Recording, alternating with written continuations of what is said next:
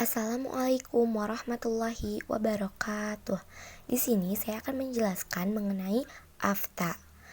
Sebelumnya perkenalkan, nama saya Haifa Nisrina Saidah dari kelas 12 IPS 4. Materi yang akan kita bahas pada kesempatan ini terdapat 5 materi.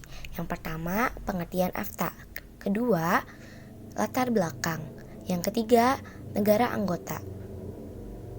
Yang keempat, tujuan AFTA. Yang terakhir, perkembangan dari AFTA. Oke, yang pertama kita akan membahas apa itu AFTA. AFTA adalah singkatan dari ASEAN Free Trade Area atau dikenal juga sebagai Area Perdagangan Bebas ASEAN. AFTA merupakan wujud dari kesepakatan negara-negara ASEAN yang tergabung untuk membentuk suatu kawasan yang bebas perdagangan. Pembentukan AFTA dilakukan di Singapura pada tahun 1992, yaitu pada saat konferensi tingkat tinggi atau KTT ASEAN keempat tengah berlangsung. AFTA dibentuk dengan harapan agar perekonomian di negara ASEAN memiliki daya saing ekonomi yang lebih baik dalam waktu 9 tahun. Lalu kita akan membahas latar belakang AFTA.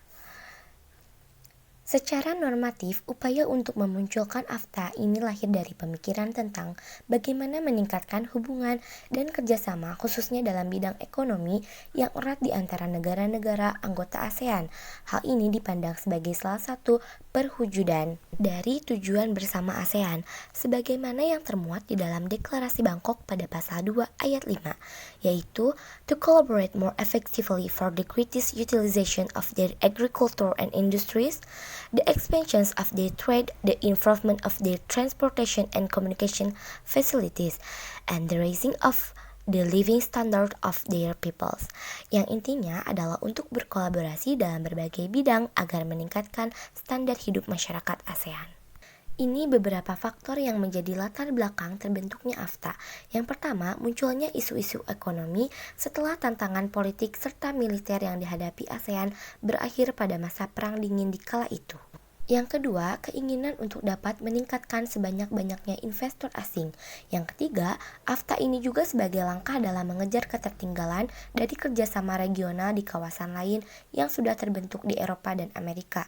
Dan yang terakhir, kemajuan pesat yang dimiliki negara Singapura yang minim sumber daya alam tetapi memiliki sektor perdagangan yang dapat diandalkan ialah sebagai sumber utama penghidupan. Next, kita akan membahas negara-negara yang menjadi bagian dari AFTA. Ada Indonesia, Singapura, Brunei Darussalam, Thailand, Filipina, dan yang terakhir Malaysia. Tetapi seiring berjalannya waktu, negara yang tergabung dalam AFTA semakin bertambah, yaitu Vietnam di tahun 1995, Myanmar dan Laos di tahun 1997, Kamboja pada tahun 1999, sehingga total negara yang tergabung dalam AFTA jumlahnya ada 10. Selanjutnya, kita akan membahas mengenai tujuan AFTA.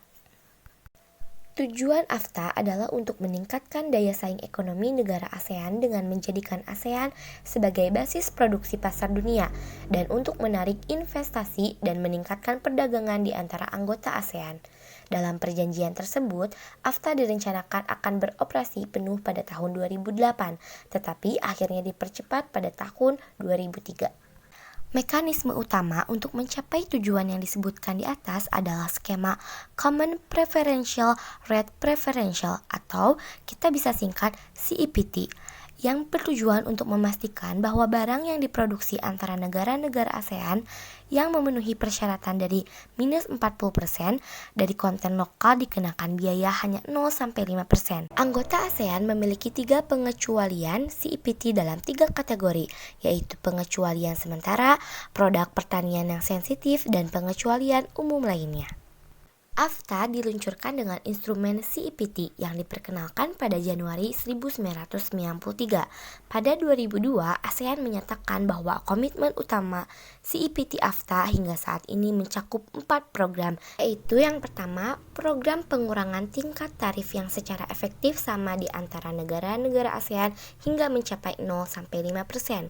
Yang kedua, penghapusan hambatan-hambatan kuantitatif dan hambatan non-tarif.